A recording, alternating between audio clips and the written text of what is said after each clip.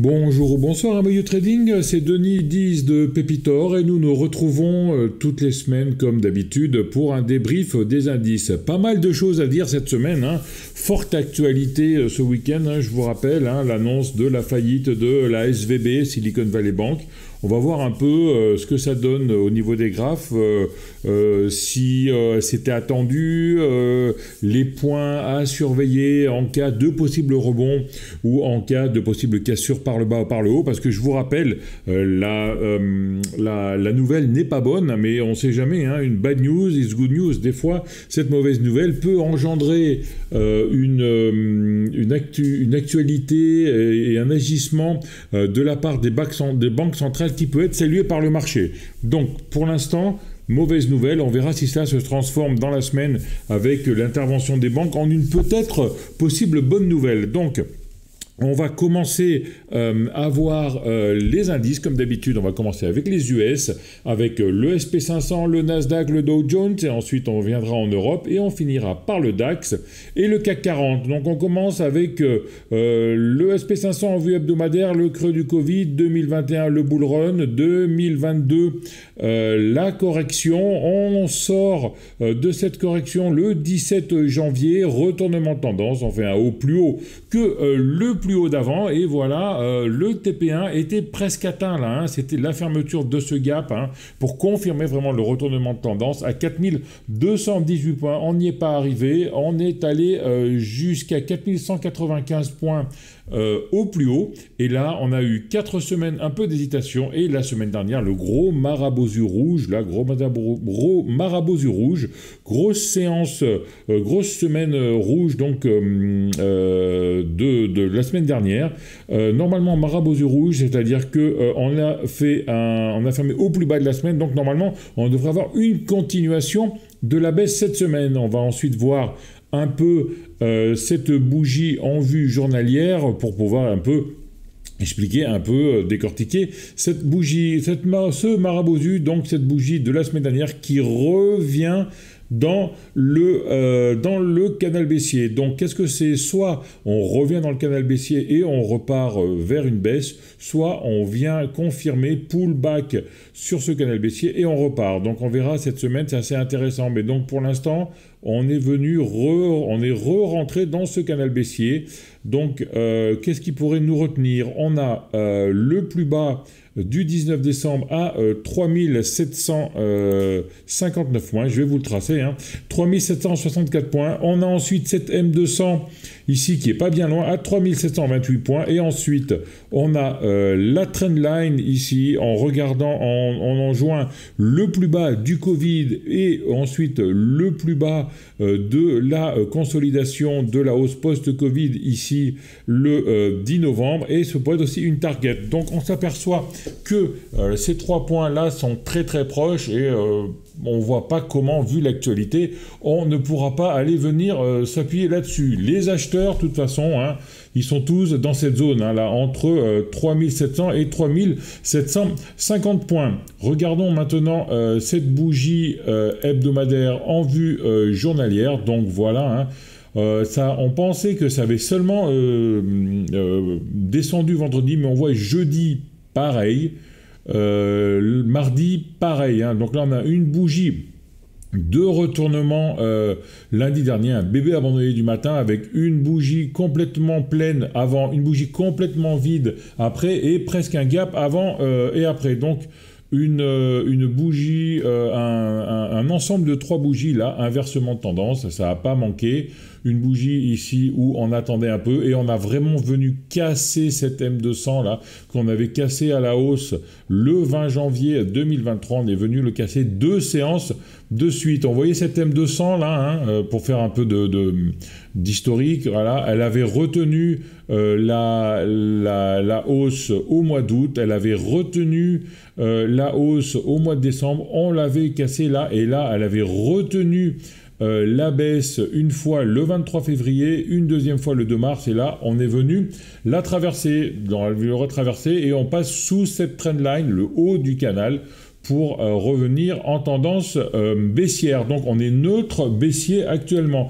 Bande de Bollinger, on voit les bandes de Bollinger qui s'ouvrent. Hein. On a fait une fermeture hors bol. La M7 non croisement baissier. Voilà, la première attaque baissière. On revient chercher de la force sur la M20, ce qui permet à la M7 de devenir haussière. Et là, non croisement baissier, on fait un bas plus bas que le plus bas d'avant, c'est confirmé, on prend la bolle, donc les bols s'ouvrent, on va probablement faire une deuxième journée hors bol pour aller chercher ce premier support à 3728, l'oblique haussière moyen terme que je vous avais montré en vue hebdomadaire qui est ici à 3711 points et donc notre M20 hebdo. Les retracements de Fibonacci, ce n'est même pas besoin de les dessiner, on a passé les 61,8, on a passé le dernier support ici, donc on viendra probablement rechercher les 3764 points et faire 100%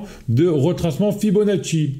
On passe sur le Nasdaq maintenant, Nasdaq en vue hebdo, donc le bull run, la consolidation en 2022, l'inversement de tendance ici.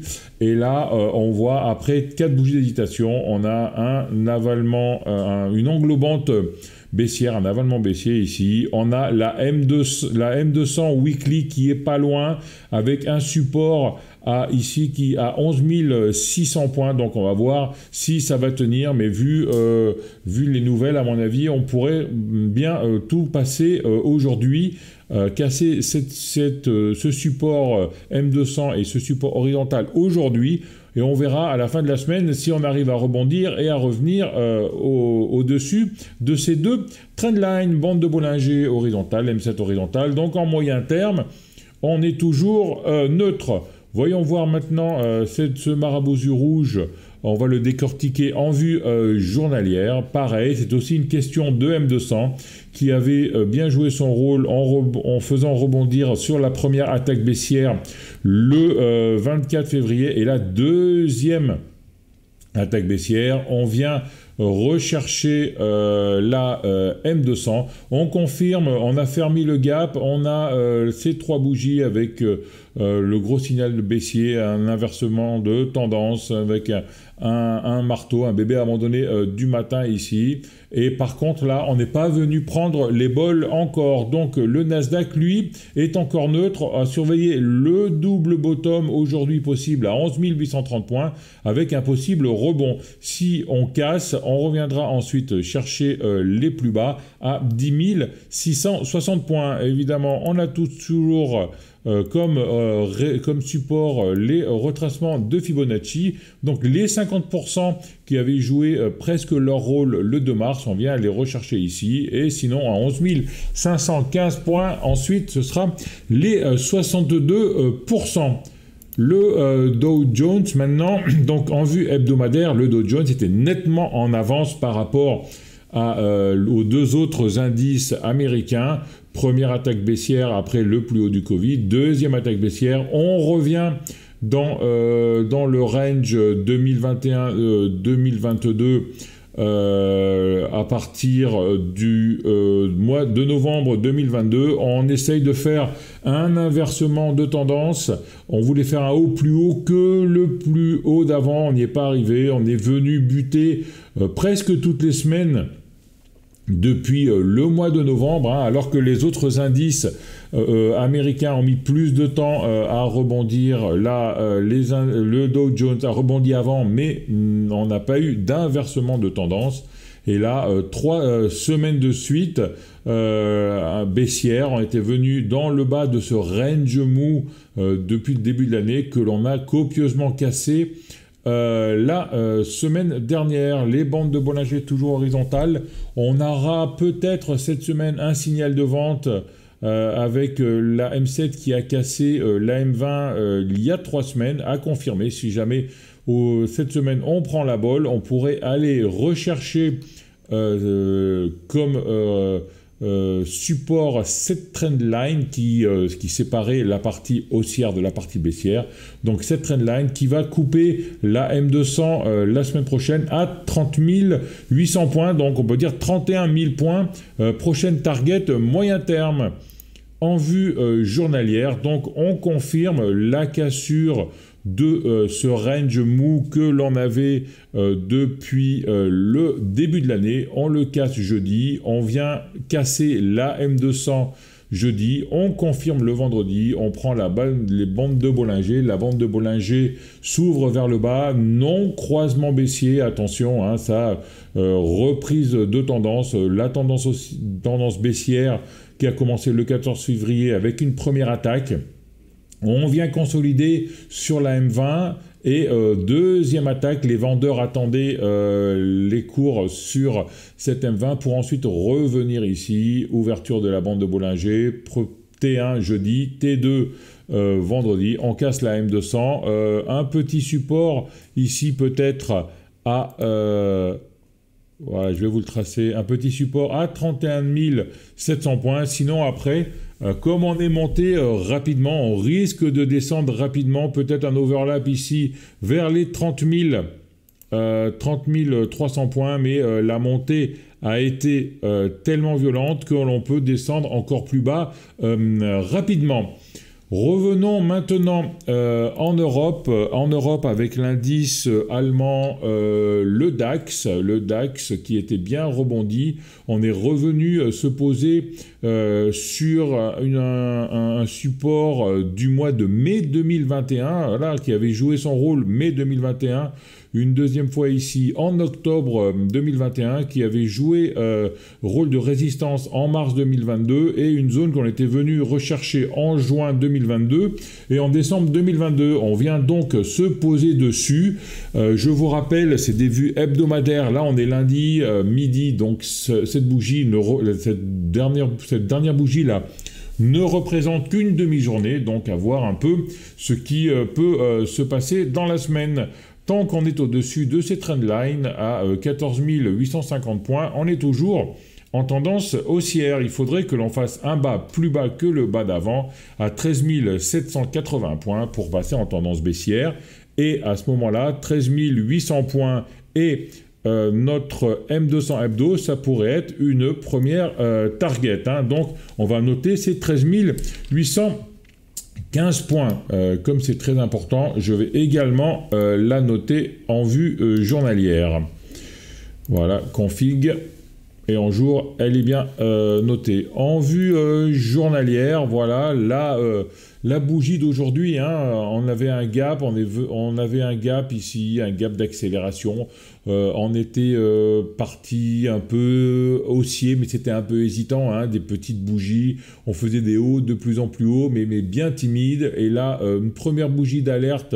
On est revenu fermer le gap le 24 février. On est revenu taper cette trendline le 2 mars. Et ce matin, on est venu la casser pour aller chercher le plus bas du 19 janvier. Et on va voir si le rebond que l'on a eu ce matin sur ce plus bas du 19 janvier va tenir. Et si on pourra repartir durant la semaine. Mais pour l'instant, bande de Bollinger qui commence à s'ouvrir. La M7 qui est encore au-dessus de la M20. La M20 qui est encore horizontale. Possible signal de vente à suivre. Hein. Donc on surveillera le plus bas de la journée et le support à 14 900 points. Et si ça casse, on va directement chercher les 13 815 points. On finit avec l'indice national, le CAC 40. Alors, le CAC 40, lui, il avait fait un all-time high la semaine dernière, un plus haut de tous les temps. Et là, cette semaine, ben voilà, on casse la M7 aujourd'hui, depuis ce matin. Grosse bougie rouge, ça faisait 4 semaines, on avait des bougies d'hésitation. c'était un peu poussif, hein. Même la semaine dernière, on était venu faire un all-time high, et ensuite on voit première bougie rouge la semaine dernière, et ce matin, deuxième bougie rouge assez importante, de plus de 2%. La tendance haussière n'est pas encore remise en cause, hein. On fait toujours des hauts plus hauts que les plus hauts d'avant.